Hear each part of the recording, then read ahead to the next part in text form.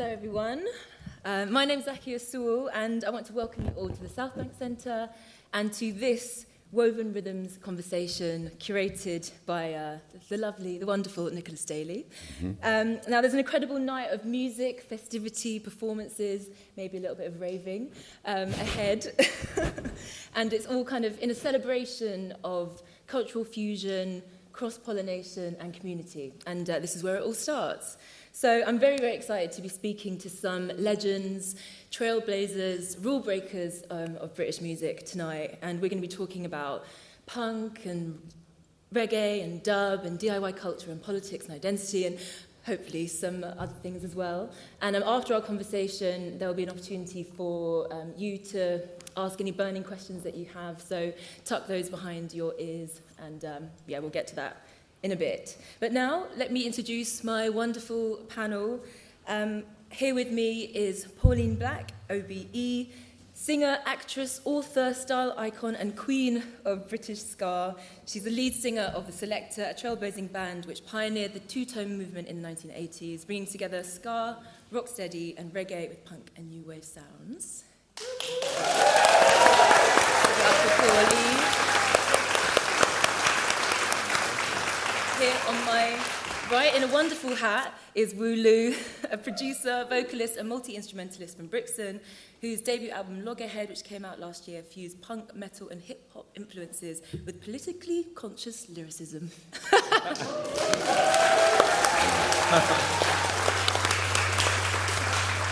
We've got Dennis Bovell, MBE, producer, DJ, and dub master extraordinaire. Dennis played in the British reggae group Matumbi, was at the forefront of the lovers rock scene in the 1970s, and has produced for artists across the musical spectrum, from Slits to Orange Juice and Linton Kwesi Johnson. Give it up for Dennis.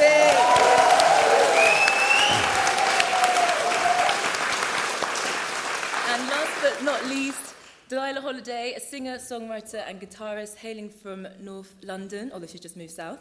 At the age of 14, she set up a band called Skinny Girl Diet with her sister and cousin, which gained acclaim for its punk ethos and feminist spirit. Now she is focusing on making her own music, which combines dark electronics with R&B and trip-hop influences. Give it up for Delilah. Hey!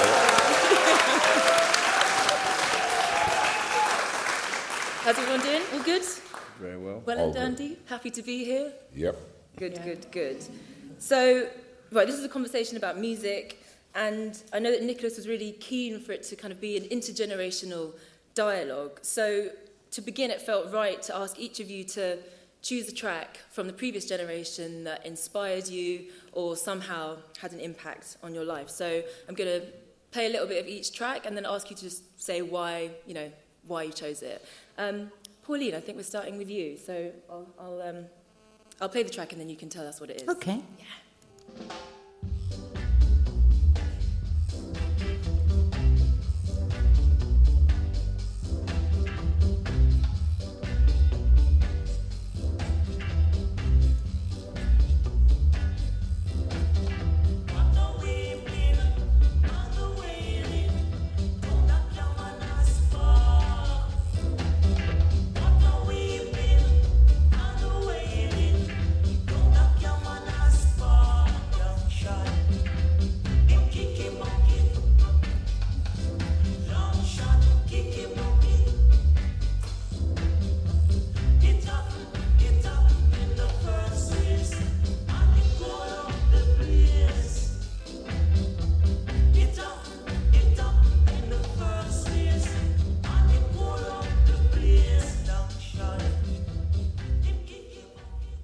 So yeah, do you want to tell us what that was? And yeah. Well, that was the Pioneers, as Longshot Kick the Bucket. And I mean, personally, I was like, I guess the first generation of like proper miscegenation that happened in this country.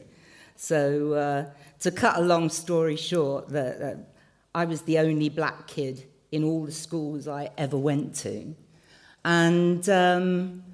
And I didn't know any black people, and it was in Romford. I rest my case.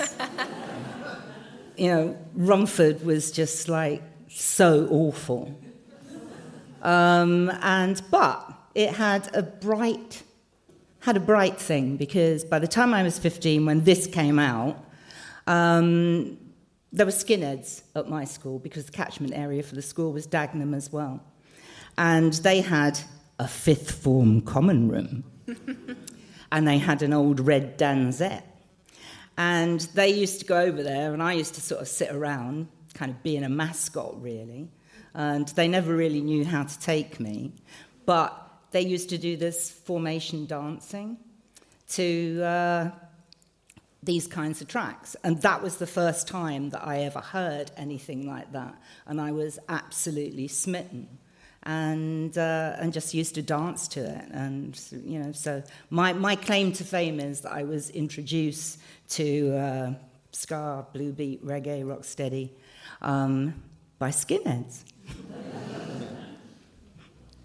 Amazing, thank you.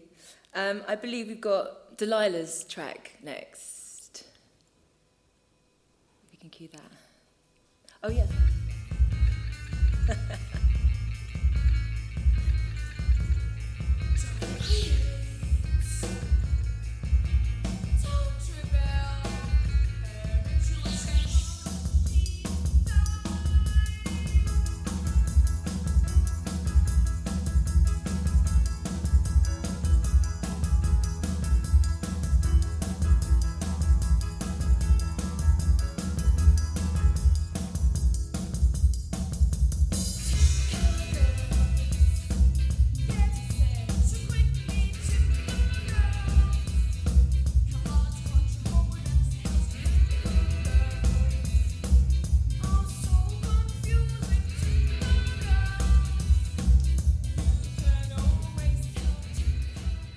So what was that one, and why did you choose that one? That's the Slits, Typical Girls, and this song, like, it's just had such a profound impact on me.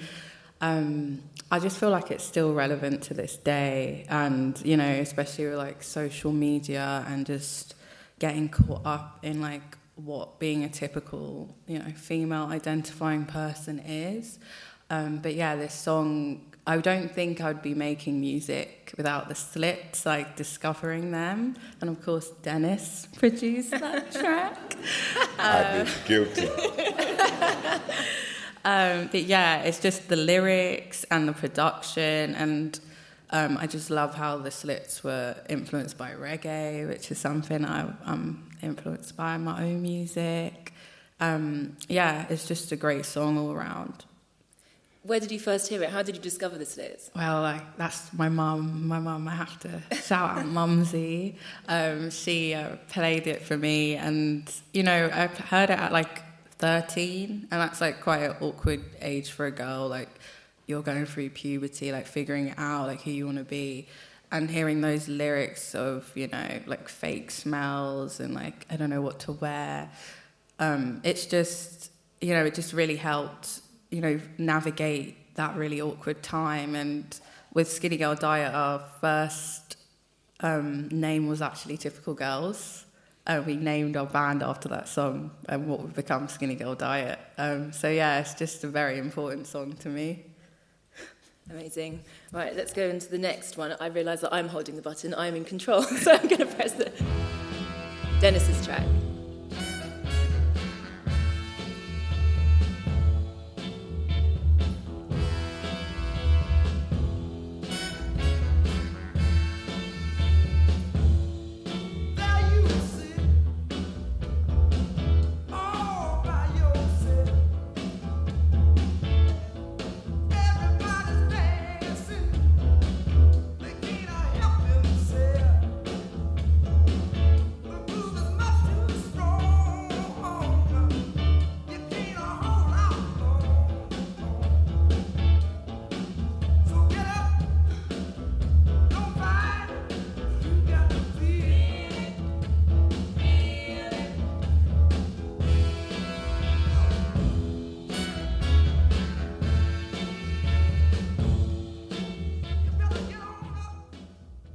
Tune. Yeah. Yes, so tell us about that one. Wilson Pickett. When I was about 13 years old, he had a hit with a song called Midnight Hour. I'm gonna wait till the midnight hour. And when I got the chance to borrow records from my dad, I borrowed a Wilson Pickett album, which was called Midnight Hour, and the track that caught my fancy on that album was that song. It's called Don't Fight It. And I remember playing with some older boys and them being, amazed at the fact that I knew the guitar part of that song. And the guitarist was Steve Cropper. And Steve Cropper was a member of Booker T and the MGs. And he actually produced Otis Redding's tune, The Dock of the Bay. So I was a guitar player, so I was looking for a fancy guitar player. And he was also in that film, The Blues Brothers, right? Steve Cropper, amazing guitar player. And that song, for me, to actually sit in my bedroom with my record player, albeit that it was a 45 and I was playing it at 33, so I could follow the licks, and then I would have, when it speeded up, I'd have to transpose it to the right key, So that song taught me a lot about transposing, and the beat was so ferocious, and in the song he actually says, everybody's dancing, they can't help themselves, and later on, a friend of mine by the name of Tony, and he was affectionately called TC after Top Cat. And Tony and Wilson Pickett appeared at the Royal Albert Hall, and the pair of them screamed for about 20 minutes. Who could scream the loudest? And I just became a big Wilson Pickett fan. Did you, because it's interesting hearing sometimes people the tracks are like things that they've inherited from their parents, and some of us, we have the urge to sort of rebel against and resist what our parents kind of tried to offer us. So you obviously were willing to take on what your dad had to give you. Yeah, well, my dad had a sound system, and he had, lots and lots of records, and he subscribed to airmail. He would order records from America, from Jamaica, from Nigeria, all to have his collection satisfy his friends, because my dad worked on London Transport, so he had friends from all over the world. And so when he played at the parties that they had, he'd have to play a bit of Fela Kuti, a bit of Otis Redding, Wilson Pickett, and then, of course, Prince Buster and all that. But I didn't quite get into Jamaican music, because that was the music that my dad most played. So I held on to the funk. Changed later, though. Yeah, more on that later. Okay, and Wulu, your track is the last one, so let's Insight, that. foresight, more sight. The clock on the wall reads a midnight.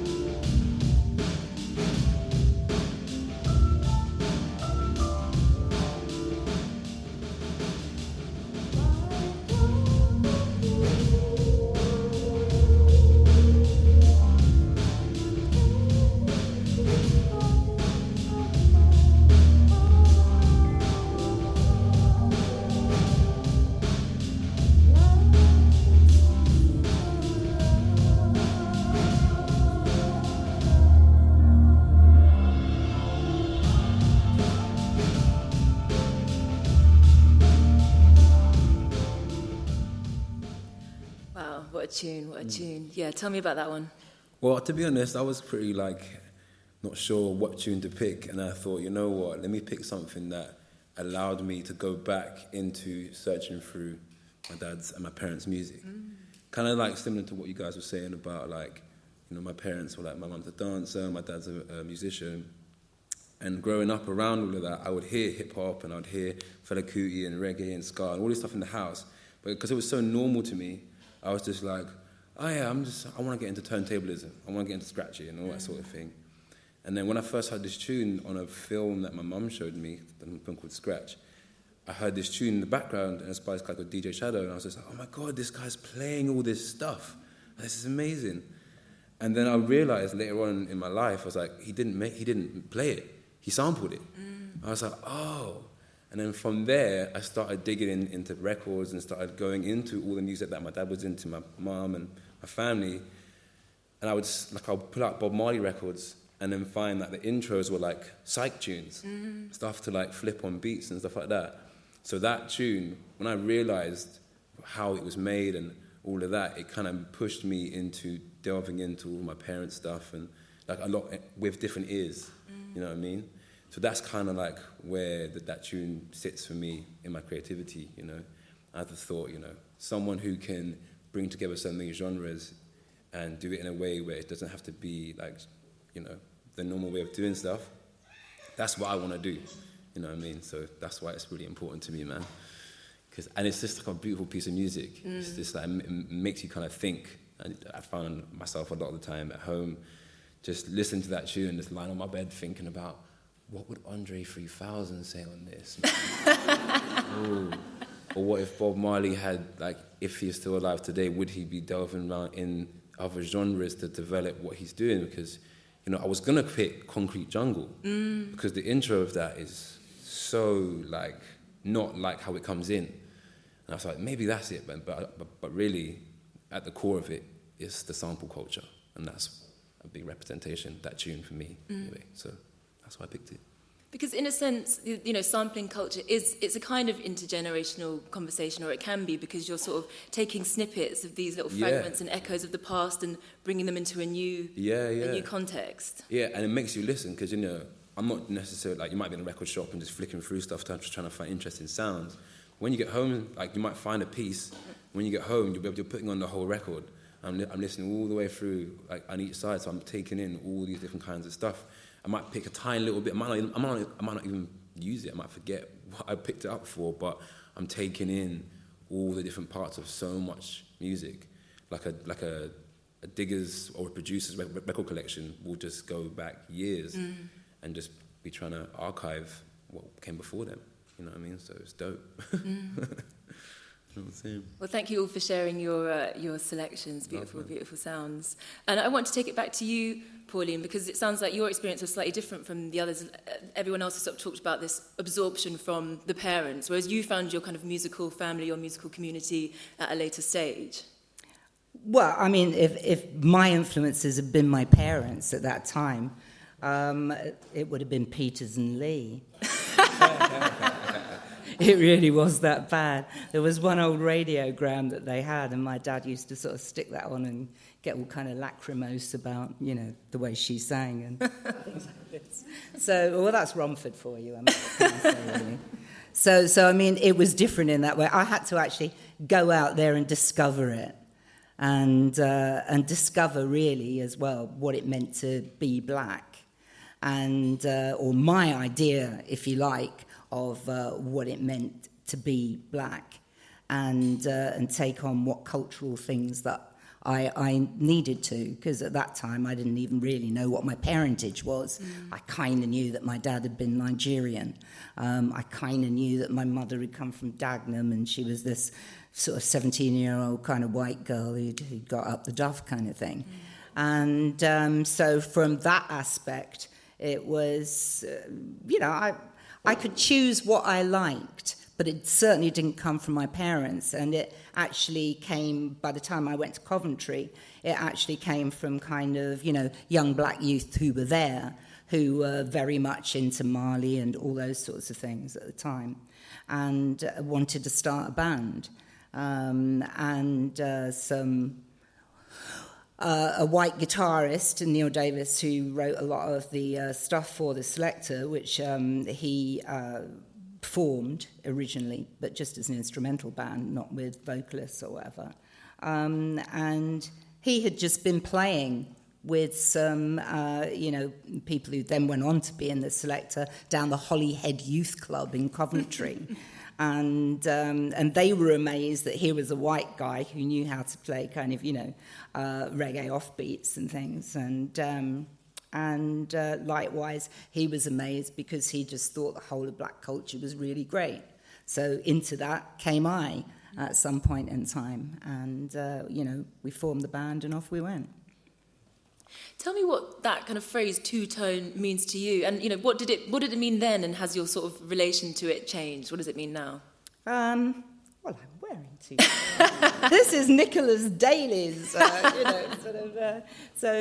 specially made. So, I mean, what does it mean to me? For me, back then, it meant a music that brought people together, brought black people, white people together. And, to celebrate all that was good about our cultures on either side of that particular fence, and see how we could bring them into some kind of hybrid form of music that, would push the conversation forward. Equally, I was into, the whole typical girls thing and the slits. They used to... The first time I ever saw an all-female band, I suppose, was at Coventry Theatre, and the Slits were there, and it was on that tour, a typical girls' tour, and they were absolutely fantastic. And women seemed to be coming forward and having a voice at that time. They were not the backing singers. They were not kind of, brought in to pretty up the stage like, Chic may have been at the time or these other kinds of things. They seemed to be real women and talking about what women were about. I went right in there kind of thing. Polystyrene was around at the time. There were some really great women around at that time. But everybody just got on and did it. How did it feel to be one of the only women of colour in that scene? Or was that, did you feel a solidarity? Did you have allies other than polystyrene? That's the only other one I can think of. I don't really think that we thought about it in that way. These are all kind of, there's a lot more of people who look like us now. You know what I mean? So that was a bit more few and far between, really, in those days. And Coventry's only got like 350,000 people who live there. And so it had quite a smallish black community with its origins, parents. What we were talking about were young people who'd come over at 12, and because their parents had been here first. And and those were the kind of kids that I got to know and started making music with. So we were influenced by a whole load of things. The other singer that's in the Selector, Gaps Hendrickson, he is just a walking encyclopedia of 70s pop music, 60s and 70s pop music, because that's what he heard on the radio when he first came. You didn't hear loads of black music. You have to go somewhere to hear black music, wouldn't you? But that was what you heard. And so when it came to putting all those things together to make two-tone, if you like, all those influences came from everywhere. And that's why I think it was such an exciting, for that brief kind of period when it shone really brightly for 2 years between 79 and, say, 81, 82. That was why it was so exciting for young people to hear. You're sort of talking about this sort of hope for unity of black and white and that kind of being, the sort of foundation in a way of that sound. I'm wondering for you, Delilah, as kind of, in a way, you're the next generation from that scene, from those sounds. And when you were sort of part of Skinny Girl Diet and, another kind of all women of colour punk band, did you feel like those seeds that had been sown by Pauline and her generation, did you feel like they came to fruition? Was it a kind of a varied landscape or not so much? I think that it has to... I feel like it has lulls, and I feel like to what Pauline said, it's about the people that are just going out there and doing it and like sort of conjuring up that energy. Because I don't know, I don't feel like when you're like trailblazing, you kind of don't feel like you're supported. Mm. But then as long as you're doing it, you know, that's the energy. Mm. I mean, you were quite young when you set it up, right? And it was very political music. Was that a kind of expression of your teenage angst? Is that something that sort of continued throughout your career? Are you still trying to sort of push kind of political messages with your music? I just can't do anything else, really. It's You say that like, oh. I mean, it is like, sometimes I'm like, oh, it would be so much easier just to sing about nothing. But there's something quite fulfilling about spreading a message that is relatable to other people that look like you or feel the same way. But yeah. I'm kind of wondering, so I guess, you know, all of you have this kind of relationship to the idea of punk, but obviously there's a kind of difference between those of you who were there while it was happening and those who've kind of got this received or a memory of it as sort of transmitted through parents or, you know, history or the music. I mean, what does punk mean to you, Miles? I mean, to be honest, a lot of people kind of like say to me, oh, yeah, you're on this punk thing. I'm just like, yeah, to be honest, I'm just expressing exactly what I feel about in the moment, or talking about what's in front of me. One of my biggest tunes is like, you know, quite a heavy hitting tune, talking about Brixton, and, you know, kind of quite angry and quite angsty. And I guess there is the representation, because people have come up to me and said, like, you know, you're doing a lot for like people of colour in the punk scene. And I'm like, I hear that and I respect it, and I love that you feel that way, but really and truly, I'm literally just saying what I see in front of my face. And I think that is kind of the punk element that I'm kind of holding on to. I'm just going to like unapologetically say what I think. My opinion might change tomorrow, but I'm just going to let you know how I feel and let you know how the people around me feel as well. And I think that you can find the nuances of punk or jazz or hip hop or in any kind of music. I feel like you can find that in classical music if you dig hard enough. You know what I mean? Because I feel like you're just going against the grain of what people are trying to say what it is. You know what I mean? And I think that's punk in itself. And I think, like, you know, coming out of a situation that you don't feel like you're being represented or you're getting what you want out of something, you just kind of do your own thing, and that's punk in itself. You know what I mean? Just kind of doing what the fuck you want.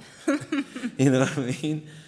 And I think, you know, that's where I'm always going to be. So I guess I'm a punk artist. You know what I mean? Punk. You know what I mean? So it's more of a kind of, it's more for you, it's more of an attitude rather. You're not really tying it to the genre as such. It's more of a kind of an energy. It's just a headspace. Like, because in school, people would ask me, like, what are you? Are you a rude boy? Are you a punk? Are you a grunger? Well, I'm just Miles. I happen to wear baggy trousers today. I might be wearing a tracksuit tomorrow. That's pretty punk, right? You know what I mean? That's pretty, like, against whatever you think is going on. Just going with how you feel. And I think if you just follow your feeling in any generation and whatever you're doing, that's what's gonna make you happy. You know what I'm saying? And I think we were talking earlier about, you were saying that there's a lot more things to draw from the old school to be able to pull things together now. And I think that's just like a product of your environment. Like, I guess in your generation, you're pulling from, you know, what the experience is. Like, not being enough representation, not being enough people who look like you, or music that you're not hearing. And I think that's important about going back to go forward. You know what I mean? It's going to keep happening, you know what I mean? Completely. And I think that's pretty dope. Like, you know, if we inspire young people to just do what they want and go with what they feel, I guess we're inspiring them to kind of, like, you know, be a punk, maybe, in some phrase, you know what I mean? You're lucky you can do punk without the gob. That's my main takeaway from punk. I was very grateful that they loved two-tone and all the rest of it, but when they turned out, man, just be flying at you. So you needed a raincoat. Dennis, what about you? What's your kind of affiliation? You've talked about having feeling an affinity with the punks. What was that? Why was that? Well, Chris Blackwell called me up and said, I've just signed the UK's first all-female punk band. And I think you're the person that I want to produce it. So I said, send me the tape. I listened to the demos, and I thought, these young ladies have got a lot to say, and I was chuffed that they chose me because I was a reggae man. And what they wanted was the weight of reggae, how heavy it was, the bass and the drums and all that. And they wanted to incorporate that in their twiddly, twiddly, twang, twiddly, the guitaring, right?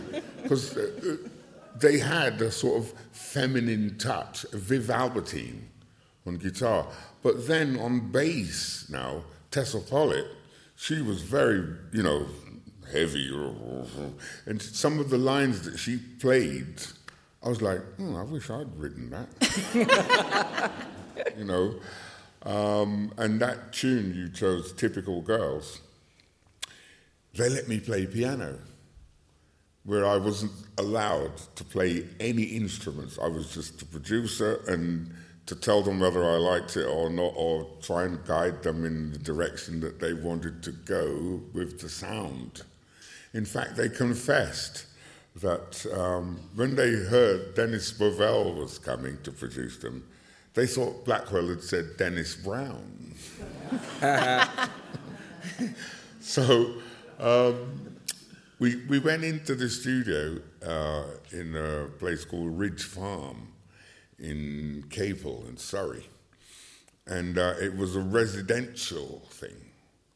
So I felt very much in control because I was the one who said, right, we'll start at 10 o'clock tomorrow morning, and then at 6 in the evening I go, right, girls, off you go to bed.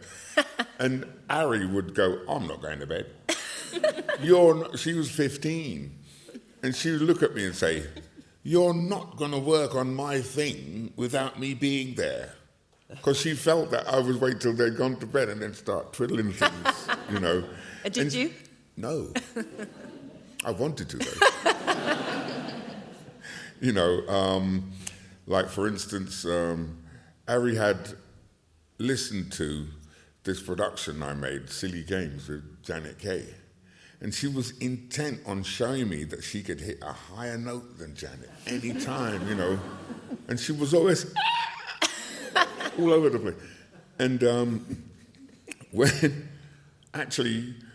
we were doing this production at this farm where we all lived, and we were there for 10 weeks or something, I'd get a phone call from the record company. Are you done yet? No, it's coming.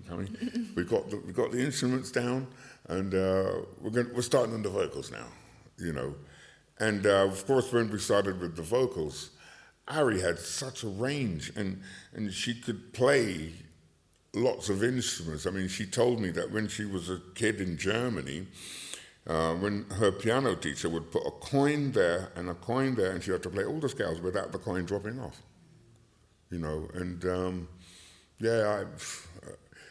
Those young ladies kind of made it possible for a reggae man to produce a punk album, right? And the most frightful thing was the album cover. They decided to put mud on their bodies, strip off and mud up, right? Legend. And I'm going, well, I don't know. I can't show my mum that album cover. So what you been doing, Dennis? I've been working with these young ladies. Let's have a look. Is that them? And my dad was going, you better watch yourself there, lad. But it turned out that we grew together and had such a wonderful time together, and with me telling them, now your guitar's out of tune, tune that guitar to Viv all the time, or you know, Tessa. The guitars are not in tune, you know, and that they had no idea about what was tunefulness, but they wanted it, you know. And I was like the referee, go, no. And then when Ari would sing something horrendously out of tune, she'd go, I know it's out of tune, but I mean it to be out of tune. I go, fair enough. So it was a kind of paternal role that you took on as a producer. I was like their dad. And they were very rebellious. In fact, one time we were struggling with an acoustic guitar part, and I took the guitar from Viv, and I went into the studio and I said, I want you to do it like this. And she started crying. I said, what's the matter? She goes, no one's ever going to believe that I played that. So I thought, you're right, erase it. And the engineer and everyone's going, erase it, that's what the track is going to, rub it out. Viv, you've just heard what I've done. Do your best in that direction, you know. And when we did a song called Newtown, the lyrics were, Newtown, where everyone goes around sniffing televigina or taking footballina. I thought, that's pretty out there, you know. Football is a drug, and so's television. That's another drug, right? And so I decided to play some percussion. And they sat in the studio looking at me while I took an ashtray, a spoon, a box of matches. And I kept going, the matches are going, and then occasionally I'd take a match out and strike it, go, and then I'd take the spoon and hit it on the ashtray, go, ding, ding, ding. And it was supposed to be depicting drug taking, but in a different way. And once I'd done it, they sat there with their mouths open going, all right, you're catching flies now, shut up. Move on. And we'd been working with a console that belonged to John, the singer of Yes. Yes were on tour, and Mike, the engineer, decided to break out the equipment and set up a studio. But we weren't supposed to be using that equipment, but we were. And one evening, Ari scratched her name on the console. Ari was here. And she went, that's all right. John's a friend of my mum's. Well, he's going to find out now that we use this, you know, and great time.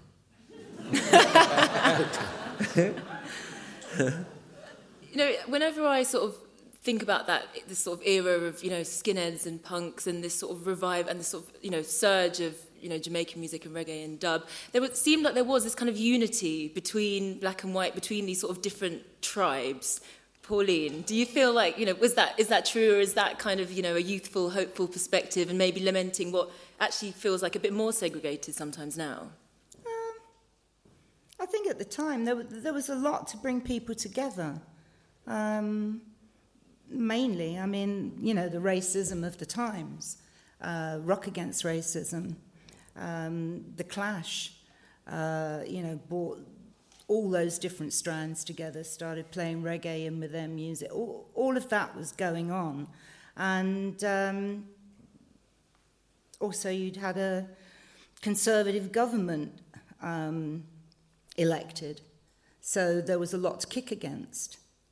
But I think that, you know, probably that catalyst was Eric Clapton sort of shouting his mouth off at Birmingham Odeon and saying really racist and odious things. I think that when that got out, that kind of politicised probably a whole generation of blacks and whites, you know, and a lot of white kids were punks at that time. And black kids were kind of looking for their identity to be recognised and to come through.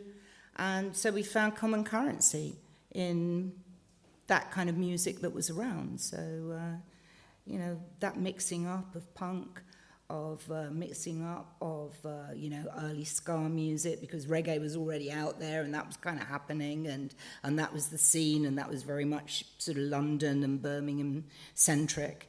So this little old place, Coventry, was yeah, you know, where everyone thinks there that the best thing about Coventry is the M45, which is the road out. Yeah, it was ripe for something to happen. And then, you know, bring that down to London. And then there was Madness, who, you know, 7 young white guys who thought, oh, yeah, we've been doing that. We think Prince Buster's great, blah, blah, blah. And then the two-tone tour happened. And I think from that was kind of the first time that sort of blacks and whites, to a certain extent, had kind of peeped across the garden wall and said, yeah, we quite like what you're doing. And similarly, yeah, we'll have some of that. And then we were off. Mm. And look at you. No, honestly, that fills me, when I hear things that you say, and that fills me with, as though, yeah, you and me did something proper.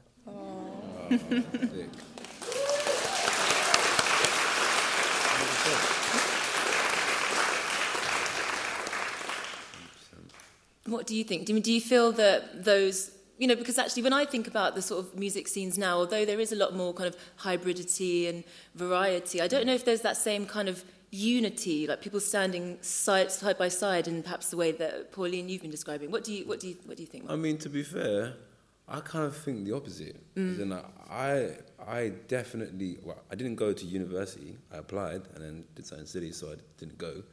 But my dad was like, you need to get a job. You can't be sitting in my yard all day. You need to go and get a job.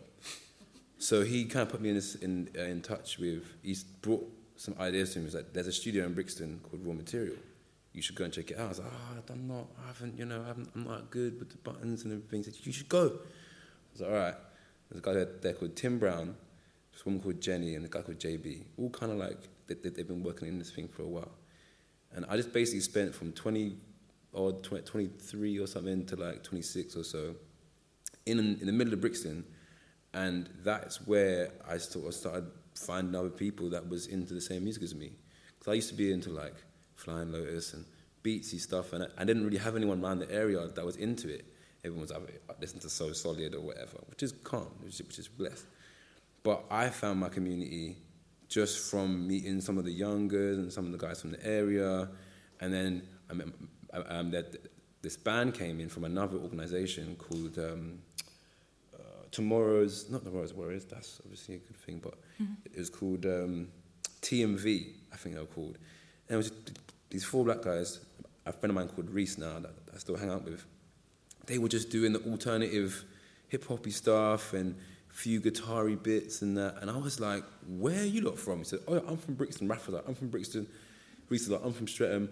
I'm like, where have you, man, been all my life? Like, I'm on the same thing. And so from that, just like the tiny little seed of just having a place to be able to, like, you know, people to pass through, people from Angel Town, people from Loughborough, and you could kind of cross over, you just start finding it.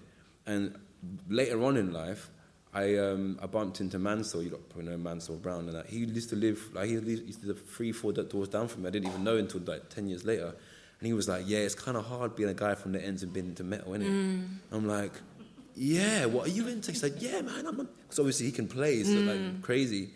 And I clocked it, but it was that, you know, it was that sense of community. And then obviously my dad, he runs a thing called Youth Sayers, off his band called the Soothsayers, and he really taught me about it's important. Your community is important, and the ones who are coming after you and the ones who are in front of you, there needs to be some kind of middle ground and synergy between everyone. And so from not going to uni, getting a job, and going in a place where I could just kind of find my feet and just work out what I like doing, community was just like the biggest part of that, like proper. And then that just, obviously with the internet and all these sorts of things, as we were saying earlier, like, you know, you have accessibility to kind of see people who are similar to you, you know.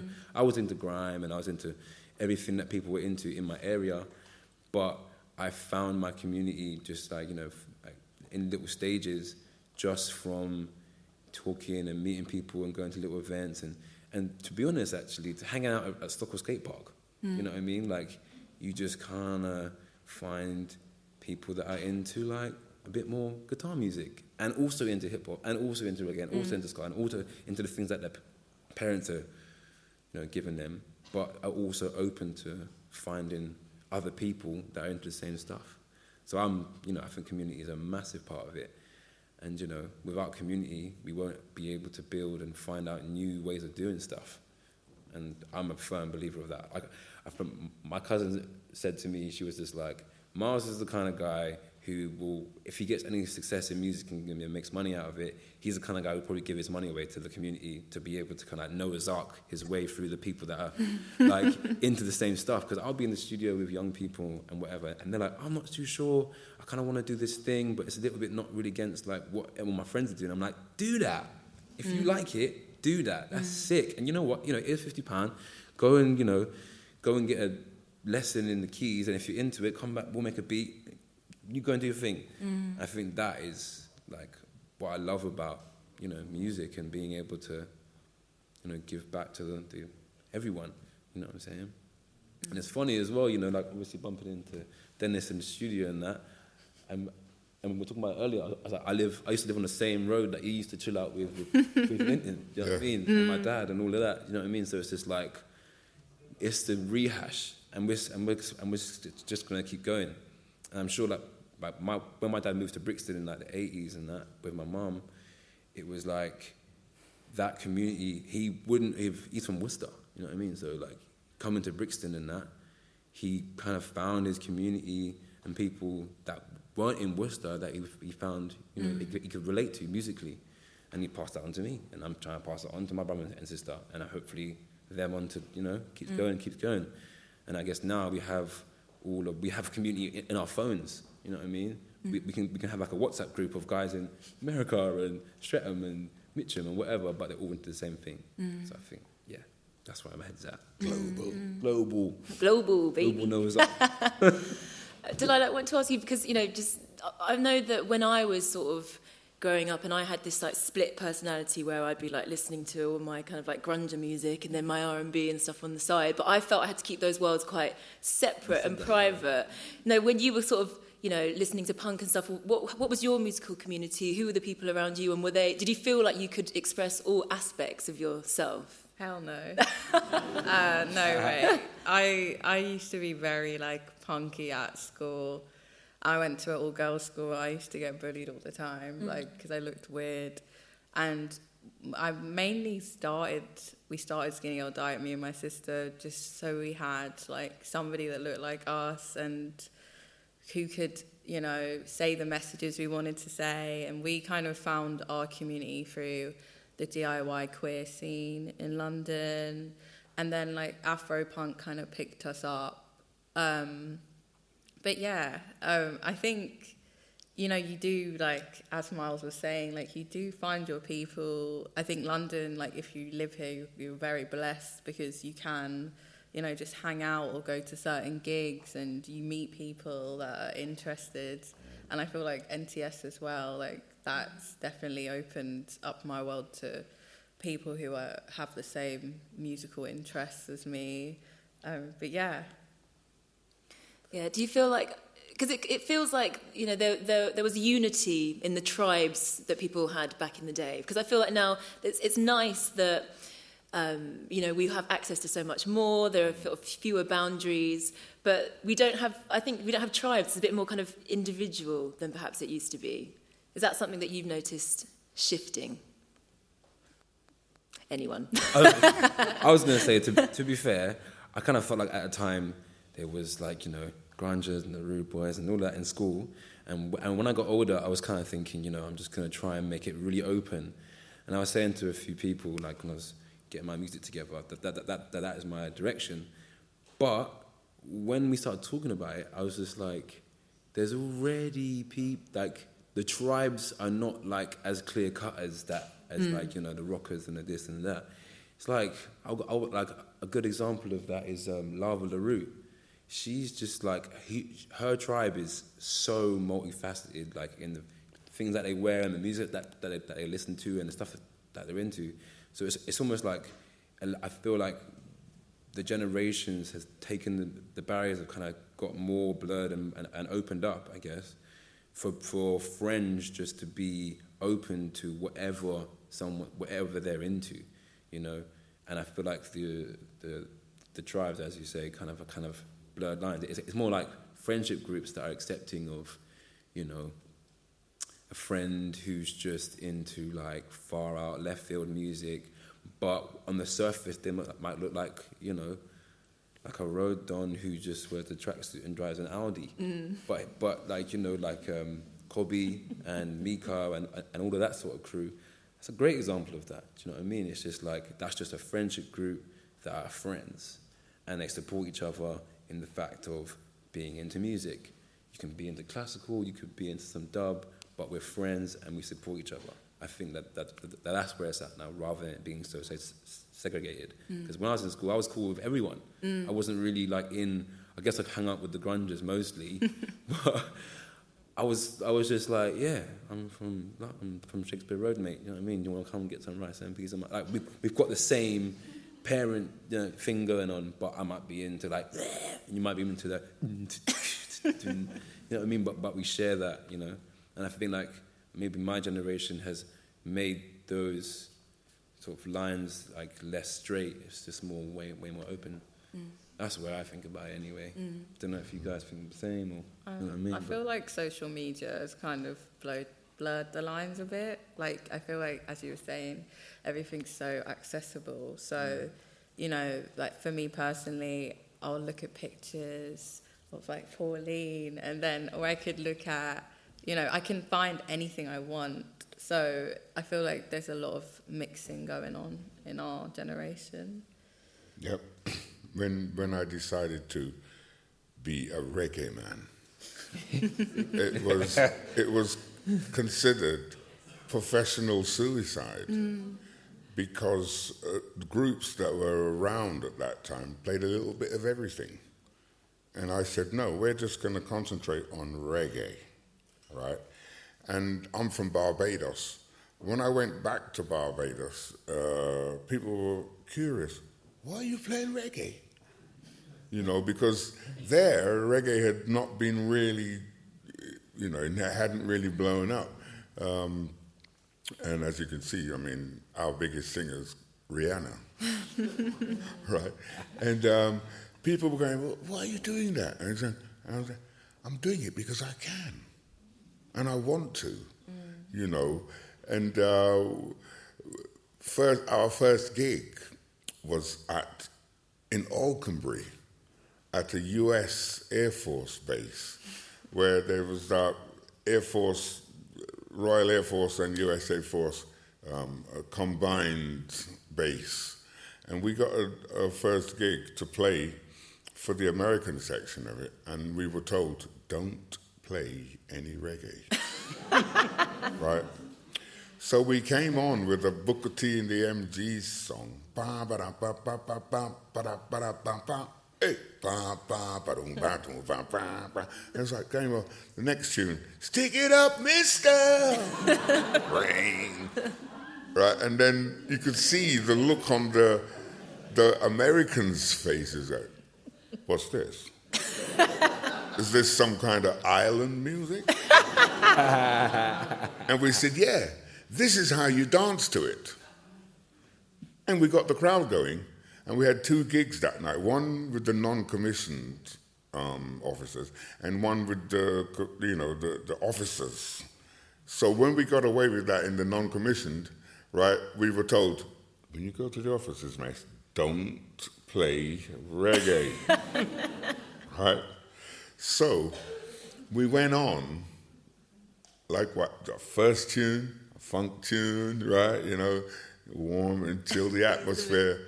And then some heavy dub reggae. And we taught them how to dance to it. Straight. And amazingly, we got a second booking a month later. There you go. You loosened up the officers. Yeah, we dubbed up the officers. Now, earlier you talked about the fact that you'd sort of, you know, rejected your dad's, Jamaican music, as we all often we do, there's a part of us that wants to, we have to sort of rebel a little bit against our parents. We have to show that we're different, and then you kind of go, oh, yeah, that record that you played me 3 years ago and I said was rubbish, can I have it back? I was a staunch Hendrix fan. What changed? Well, at the time, people were saying that reggae could not be played in the UK, and it wouldn't sound the same. And I was intent on proving that if you wanted to, you could do whatever you want. And my inference was, look at Jimi Hendrix, okay, where he's coming from after playing with Little Richard and the Isley Brothers and all that, and then he comes out with this monstrous guitar playing, in fact, when he first played in a club called the Ram Jam in Brixton, it was John Mayall's Blues Breakers that were playing. He was just supporting, right? And when he was about to come on, all the members of John Mayall's band, including Eric Clapton and that, came out and sat in the front row. I thought, oh, let's have a look. And when this guy started to play the guitar, they were all... because no one had taken it there. And I tried to, emulate Jimi Hendrix. And then my friend George said to me, Dennis, all that Hendrix business, that ain't you. There's only one Jimi Hendrix, and it's not you. Right? So I got a bit of a knock there.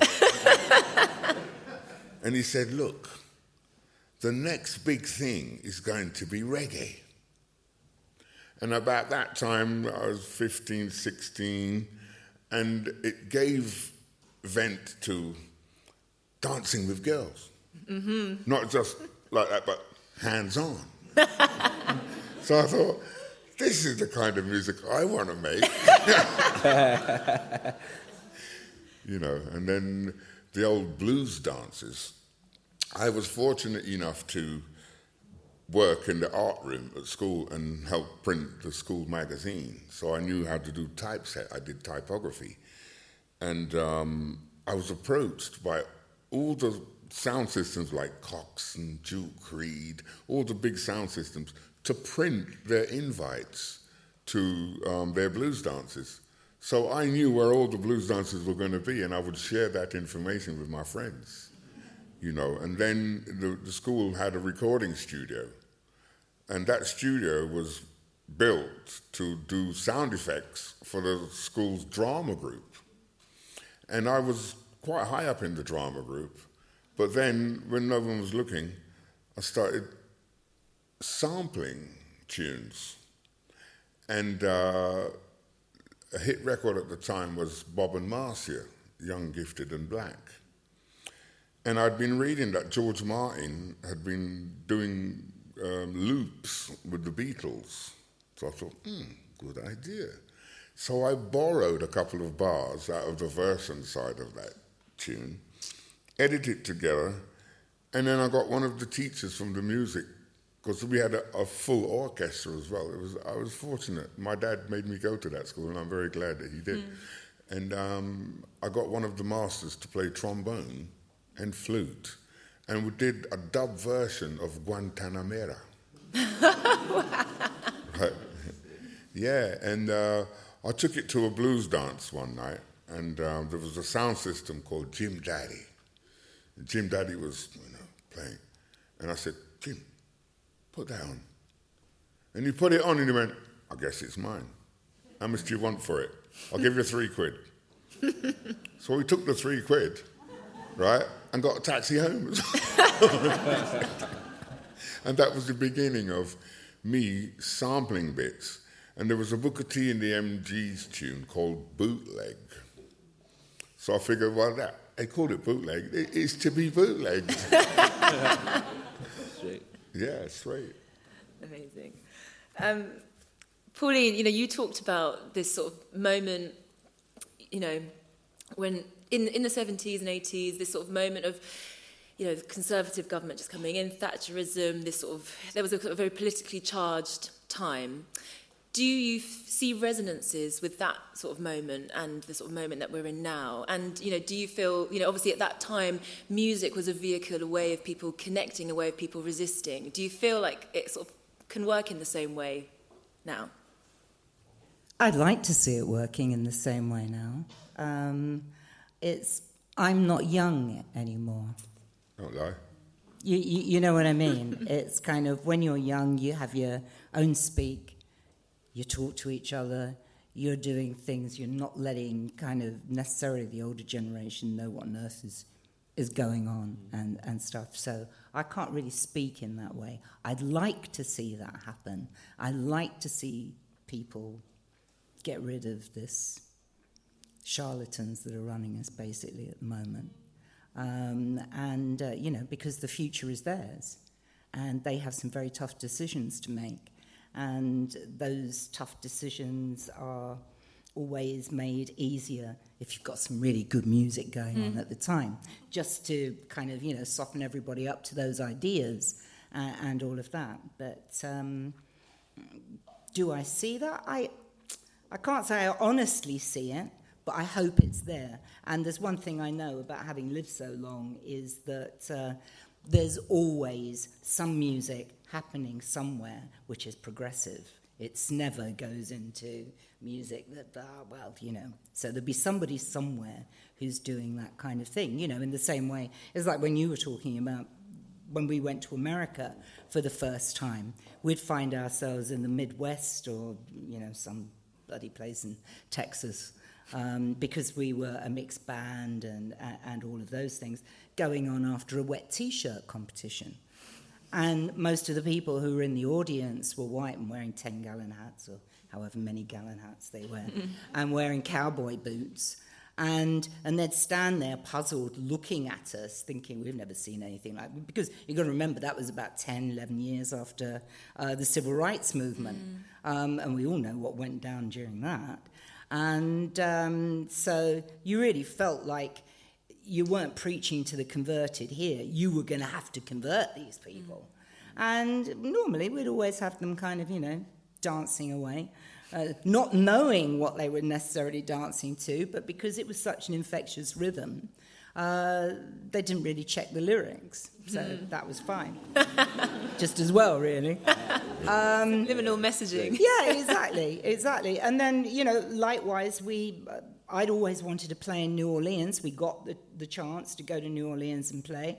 And when we walked in there, it was like everybody had turned up from church. A load of black people sort of sat there, you know, in all their finery and fur coats and hats on the ladies and all this kind of thing. And they thought they were going to hear a band from Britain, you know, a black band from Britain sort of thing. And then we turned up. Well, that was a bit kind of, that was actually worse than the wet T-shirt. But nonetheless, we won them over in the end. So it was so diverse all that time. That was the real formative kind of thinking that I had for what two-tone is about, and actually bringing people together in those ways who didn't know they wanted to be together. And that's largely it, isn't it? People don't know that they want to be together, but that's the one good thing about music. Music is that vehicle that enables that to happen. So you do feel that the sort of the music that you made at that time and that kind of movement, did you feel like it did impact society at large? Yeah, because people still come along to gigs and talk about it. And it's still being talked about. Yeah, just that, really. I don't know whether they'll still be talking about it in 100 years' time. Of course they will. I hope they'll be talking about all your music. But yeah, I hope so. And I hope that it's part of this whole kind of, passing the baton, because that's what it's really about. Well, when I first met Linton Kwesi Johnson, friends said, that's not going to catch on, because he was very monotone, and his topics were very, very political.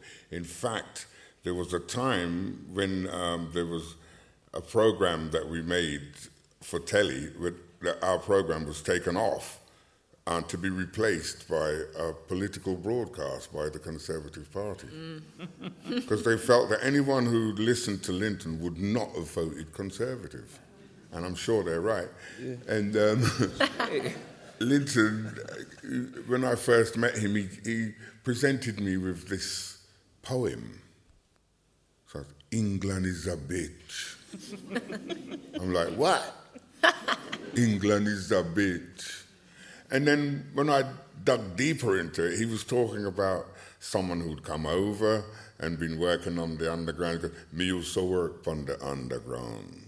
But working on the underground, you don't get to know your way around. England is a bitch, right? And then he spelt it Inglan. So he wasn't talking about England, but was England. And also when he started writing in his Jamaican patois style, my dad said to me once, your friend Linton? I said, yeah. He said, went to university, did he? I'm like, yeah. Again, shame he didn't learn to spell. But that was my dad being, objective about my friends and who I was hanging out with. And at one point he thought, you're gone a bit too Jamaican, son. I was going, well, that's all right. But with Linton and his politicalness, I felt an affinity with what he was saying because I'd seen that kind of thing happen. And he had been in that kind of thing. I mean, where he'd gone on a demonstration and the police busted the crowd and he ended up in prison, being hit by a policeman because he was exercising his right for peaceful protest. And I felt that what he had to say was very important and had to be heard by all. And in fact, one night we were in a place called Stuttgart in Germany, and someone in the audience shouts out, Linton! He goes, what? He goes, England is a bitch. And he responded, I know. What about Germany? And there was hush.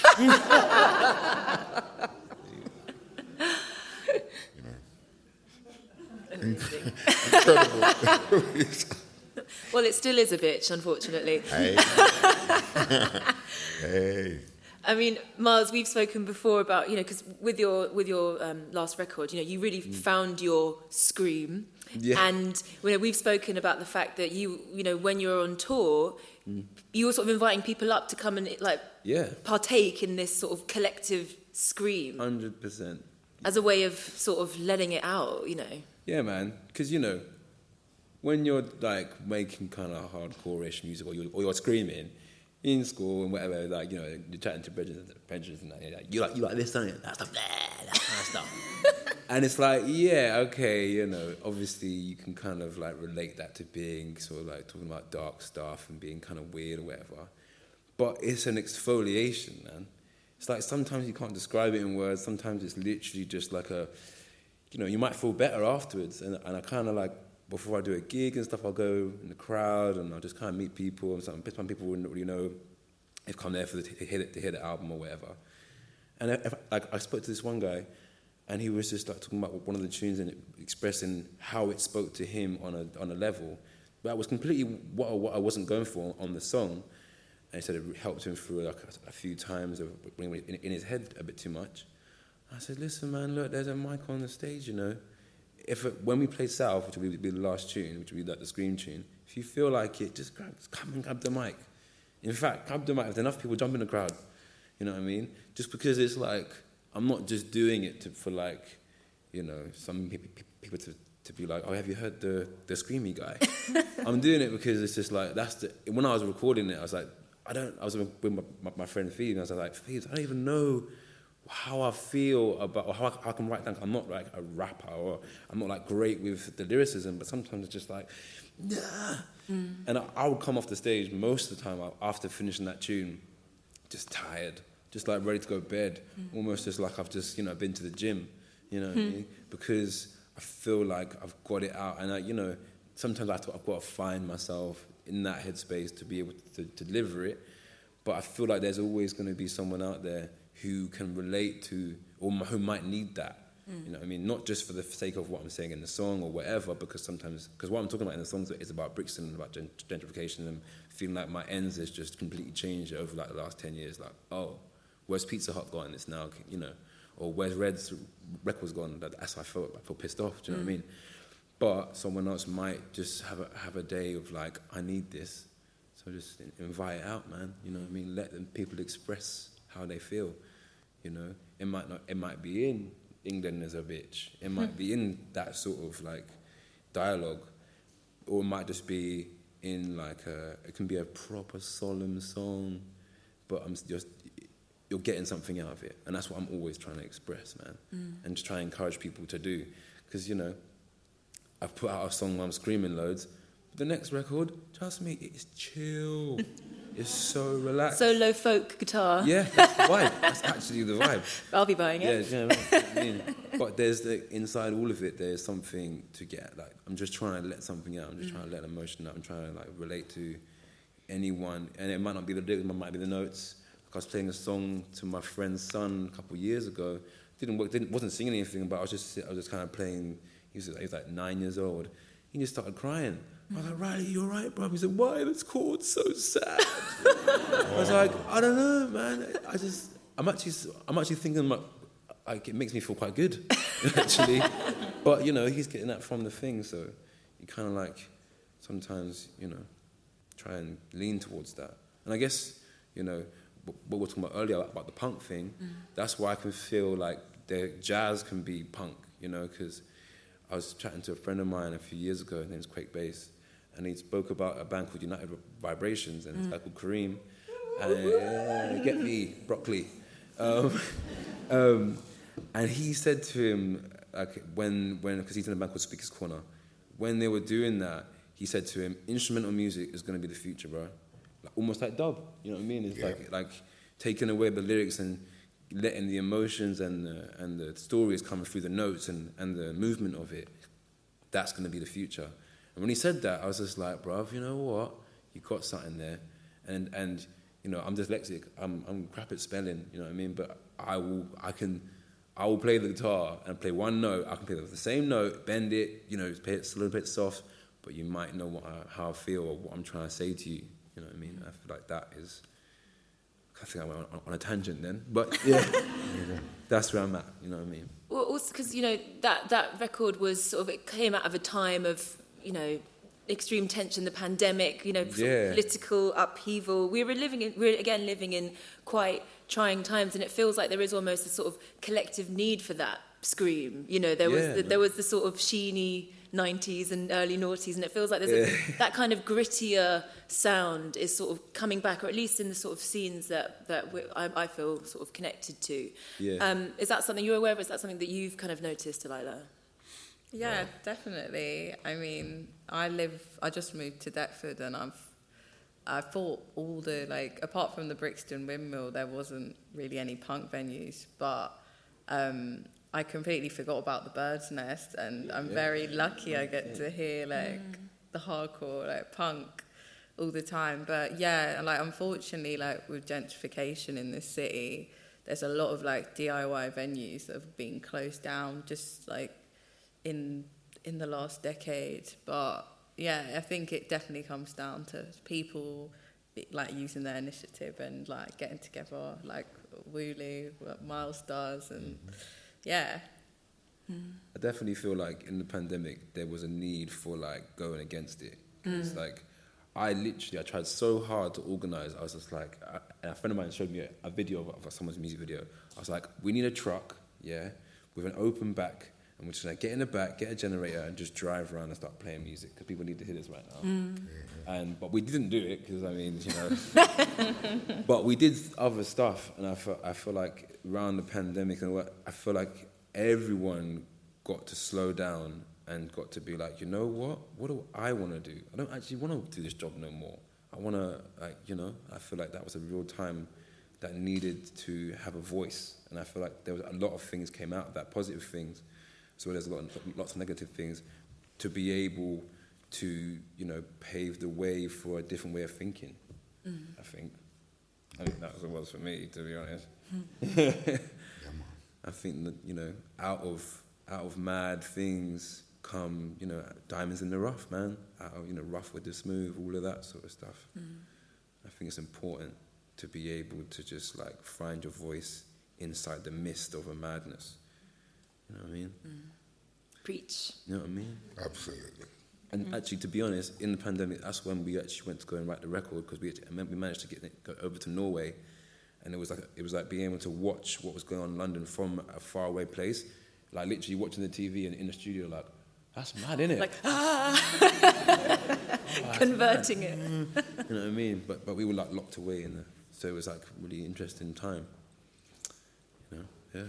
Dennis, you've kind of observed this. You've been making music and performing for a very long time, and you've been so heavily involved in these very kind of DIY scenes. Do you think that kind of DIY spirit and ethos is still with us? Is it still here? Is it living? Very much so. In fact, my youngest daughter, when she was at secondary school and showing signs of wanting to enter into the recording arena, I was fearful that she was going to be out all hours of the night, a young girl in recording studios, So what I did was I built a studio at home for her to use. So I said, any recording you have to do, bring your friends to the house, and I can vet them then. So she learned how to manipulate the machines, and she's currently making music, and she calls herself L. Dot. And I forget the name of this, some young girl, something Bond, that she's just... Yeah, Etta Bond. Etta Bond, yeah. She's been featured on the new Etta Bond record, right? And she went on a TV program with some friends just to be one of the audience, and it was the late-ish show, Mo Gilligan. And then I was about to go off somewhere, and she said, "Dad, I went on that Mo Gilligan show." I'm going, "Yeah, and what happened?" She went, "My friends put me up to go rapping with N-Dubs," right? And I won 2 tickets to a weekend or something to New York. And I'm like, wow, that's incredible. Because they don't know I'm your daughter. Good, don't tell anybody. Next generation rise up. I've heard her now, yeah. And my eldest son, who lives in Denmark, in Copenhagen, he's been a priest and a policeman.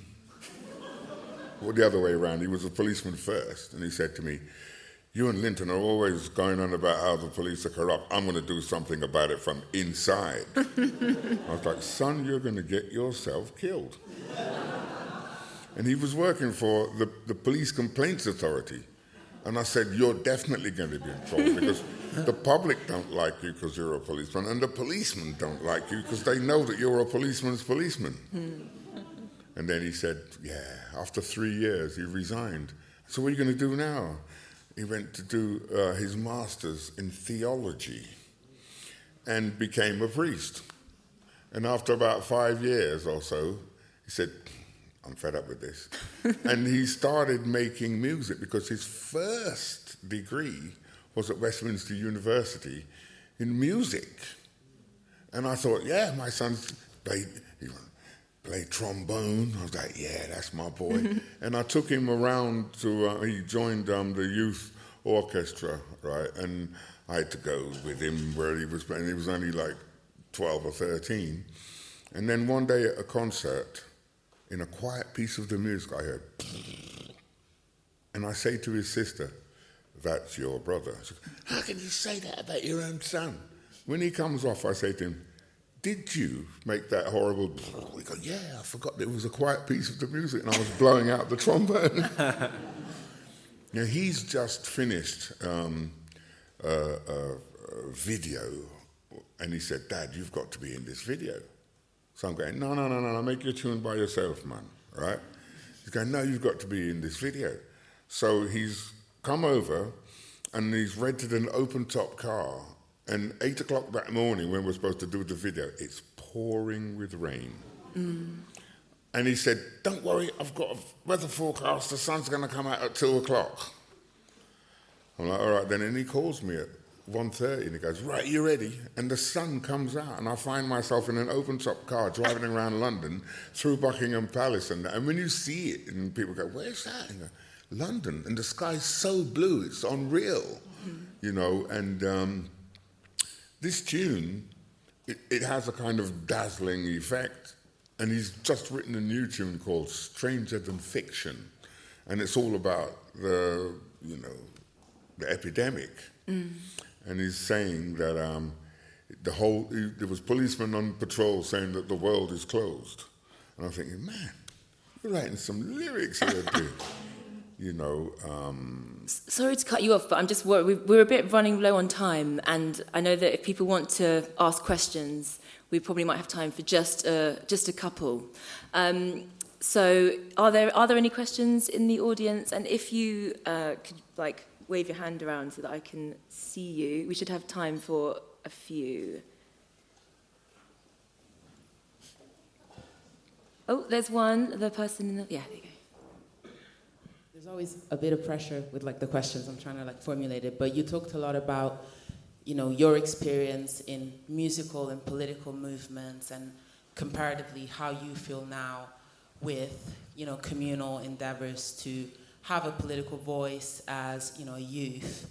And I was wondering, for all of you, I guess whoever wants to pick up the question, is what differences have you experienced in terms of creators finding a collective space in a time where individualized affirmation is really important through social media? So how do we find that value as communities, as pre-internet days, when so much is attached to our own individual identities? And how can music of Black origin continue to thrive as a community versus the individual, how many likes do I have, and that sort of ego that we all have that dominates a lot through the creative process? I would love to know your lived experience around this. Well, I'll start. I think to answer that question, that if you can't beat them, join them. And it might be bad to say this, but I think our generation is going a certain way, and you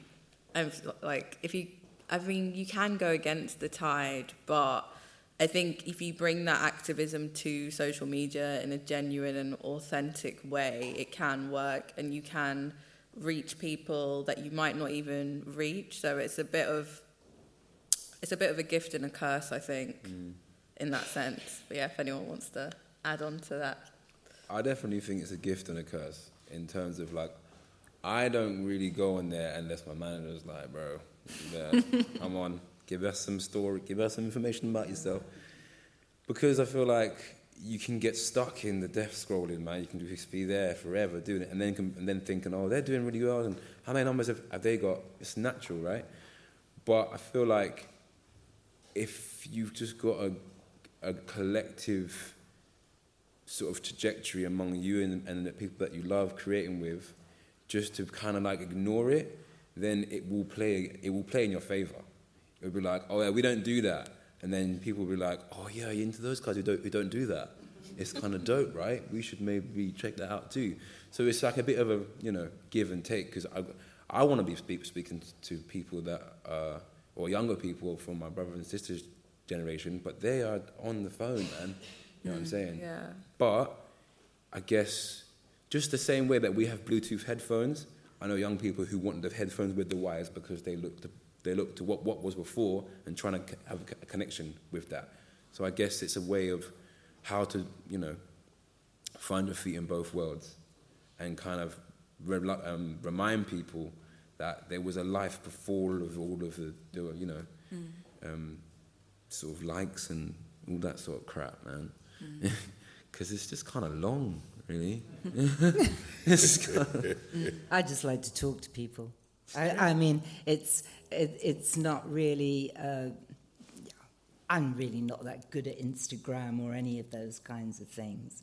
I mean, we have a presence there, but really just to tell people there's a gig on, or when you're touring, or you've got a new record out and stuff like that. So I think people of my generation probably use it in a relatively mundane way. But talking to people is still the way. I mean, I always, before we do a gig, I just go out on the merch stand and I talk to people and invite them to ask me questions, you know. We don't charge them for this. I know that there's many people of my generation who now charge 100 quid to get an autograph of people and stuff like this. No, you don't. You just go out, you just talk to people. But they're there, they're flesh and blood. And they'll come up with all kinds of questions that you have to answer in that moment. And you will then go and read social media maybe a bit later, and they say, oh, God, she's up herself, isn't she? Or whatever. Do you know what I mean? But in the main, it's always good. And I don't think there's any substitute for that, really. But it's how you find people, you know? I mean, if you're used to social media and finding people that way, then great. You know, if you're an influencer, just make sure what you're influencing people with has somebody's substance, you know, not just your own notion of how the world might be.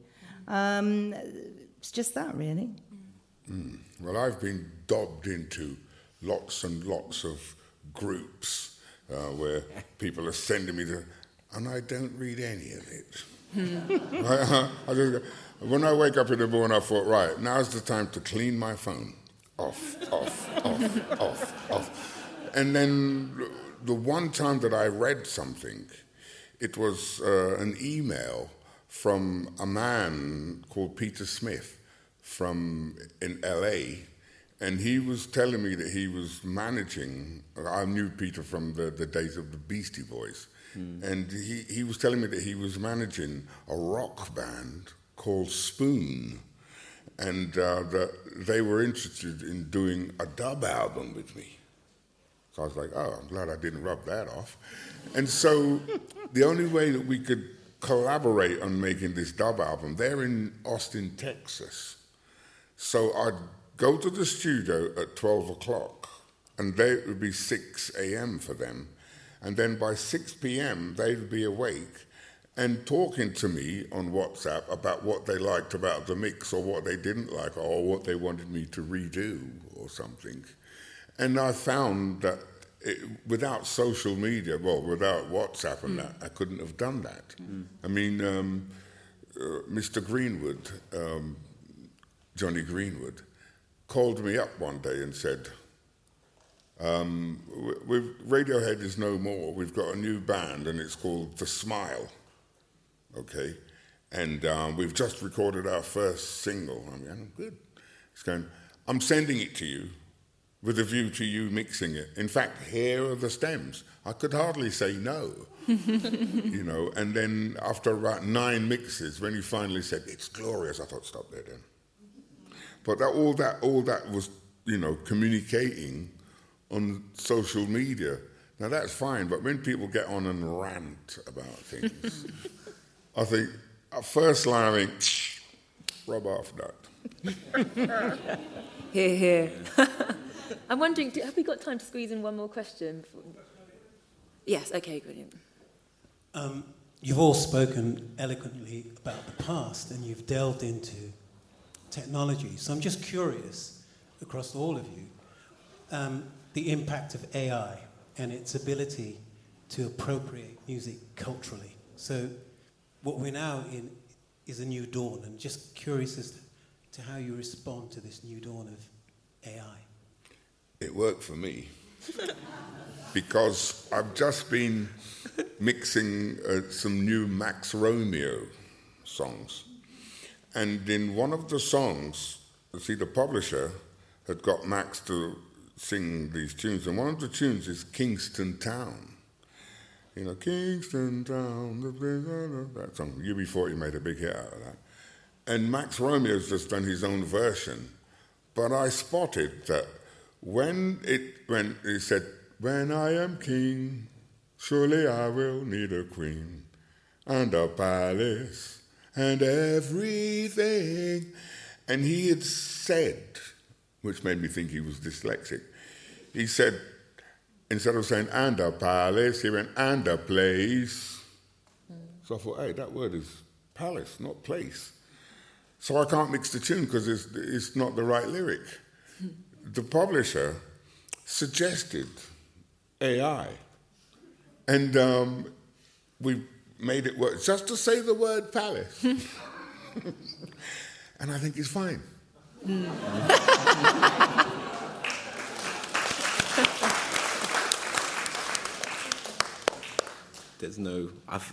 I'm just saying, there's no way of taking away like humanism to anything. You can try, you can sound pretty dope, but you know, you're hitting, as you're saying, hitting a match.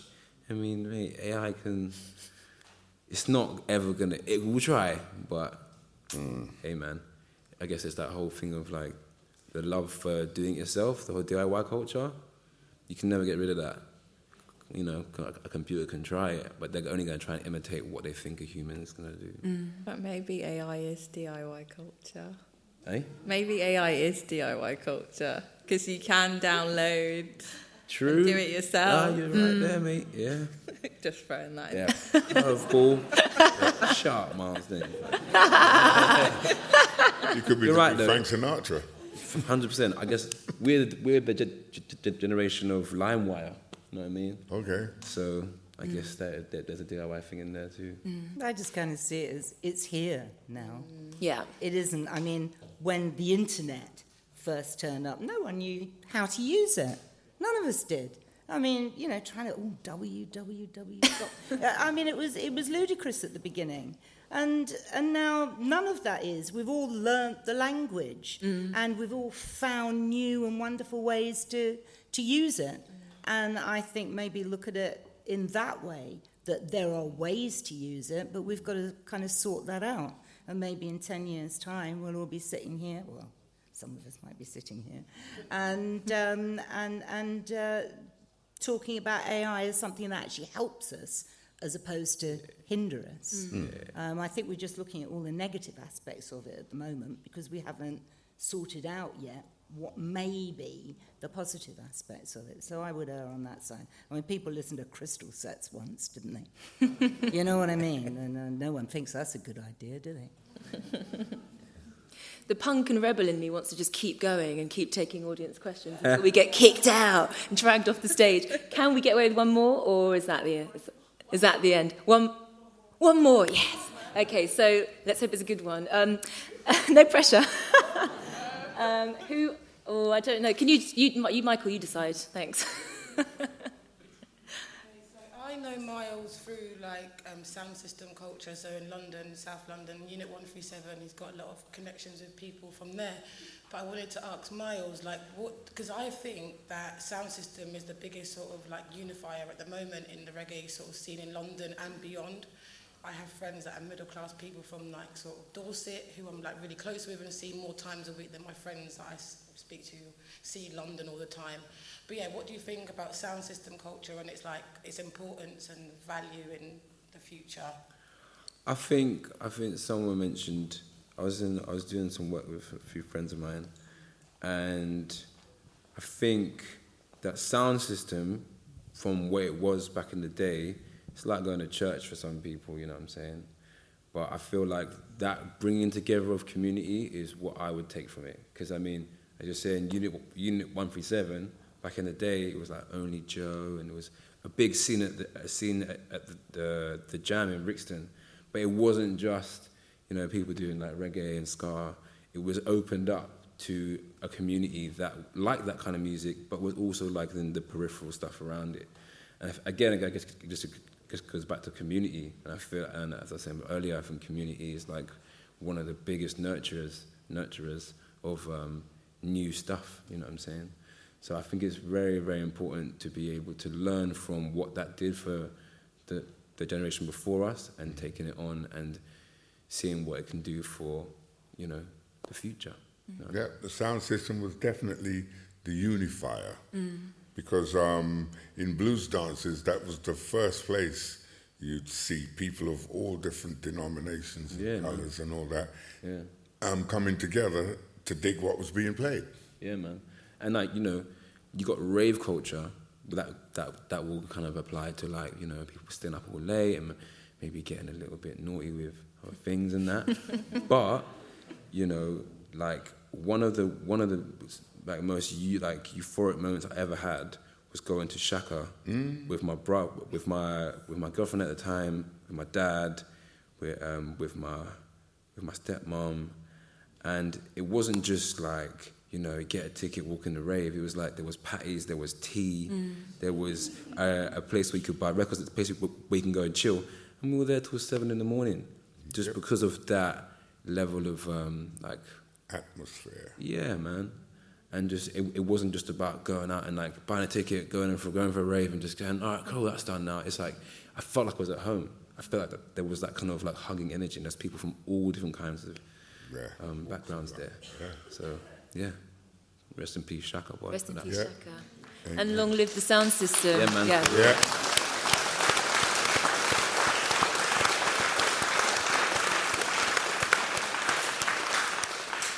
Well, you know, just thinking about the sound system and this, you know, as physical spaces where we can come together, where we can share ideas, where we can galvanise each other to have the strength to go out and fight the fights that we need to fight, or to make the music that we need to make. And I think, you know, that's so crucial, and it's been a massive part of all of your stories. And I hope that continues, and that the energy of this collective happening, you know, is sort of, you take it with you into the rest of the night, whatever you're doing, the rest of your week, and able to fight the good fight, whatever that might look like for you. Join me in thanking my panel, Rulu, Dennis Bovell, Delilah Holliday and Pauline Black. And big love.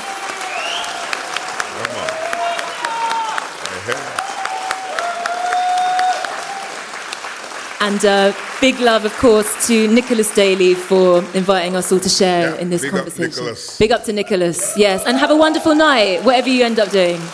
See you later.